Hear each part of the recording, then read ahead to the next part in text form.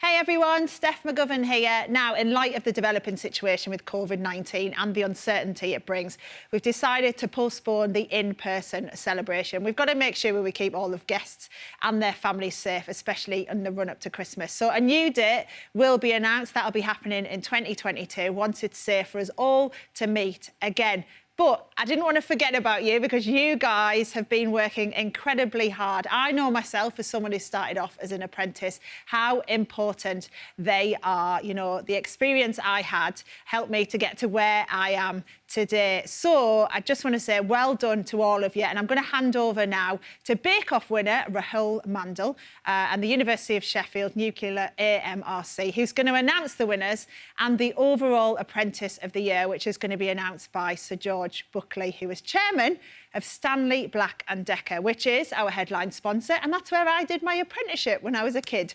So good luck to all the finalists.